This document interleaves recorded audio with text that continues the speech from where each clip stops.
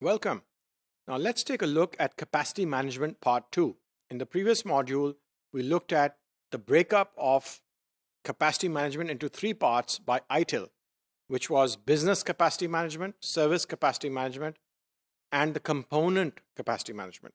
So in this module, let's take a look at capacity management guidance from 27002, not 27001, but 27002.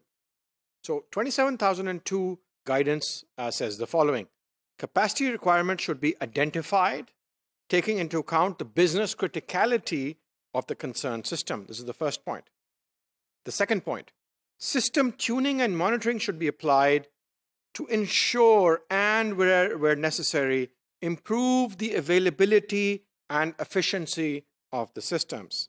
So you need to do tuning and monitoring to ensure and improve the availability and efficiency of the systems. And then you have detective controls. You should be monitoring and put in place to indicate problems in due time. And you need to be you need to have detective controls in order to detect and report that wherever the capacity is crossing a threshold, for example. And then we have projections of future capacity requirements should take account of new business and system requirements and current and projected trends in the organization's information processing capabilities. 27002 tells us particular attention needs to be paid to any resources with long procurement, lead times, or high costs. Therefore, managers should monitor the utilization of key system resources. Now, if something has a long lead time to buy, and we've already run out of capacity of the existing system, then we need, in capacity management, we need to identify and detect that capacity issue well before time so that we can manage within the lead time of procuring that new resource. That's why it's so important to have a very good, strong capacity management system so that we are not left without capacity and, for example, hard disk space running out or the processor space of the processor utilization of the server running out, and then suddenly business is forcing us and pressuring us to increase the capacity, and we are limited by the system resources or the component resources that we have available. And then providing sufficient capacity can be achieved by increasing capacity or by reducing demand. So in 27002, it's telling us to tune.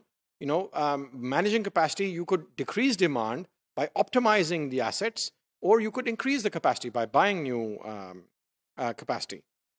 And you can manage capacity by managing demand through deletion of obsolete data, for example, disk space, old data deleted, decommissioning of application systems, databases, or environments. So you can retire all these old applications and create space. And optimizing batch processes and schedules. So you can optimize the resources and the processes also.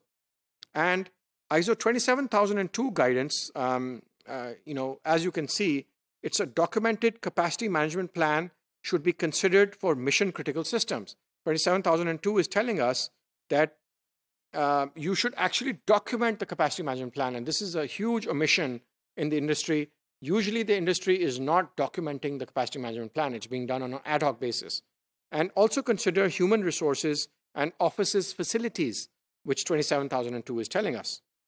So ITIL looks at capacity management more in depth under service design phase and breaks it up into 3 parts: business capacity management, service capacity management, and component capacity management.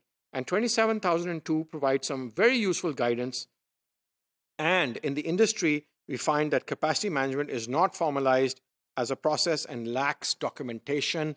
And usually there are gaps in how capacity management is being managed. That's all that we have for this module. Thank you.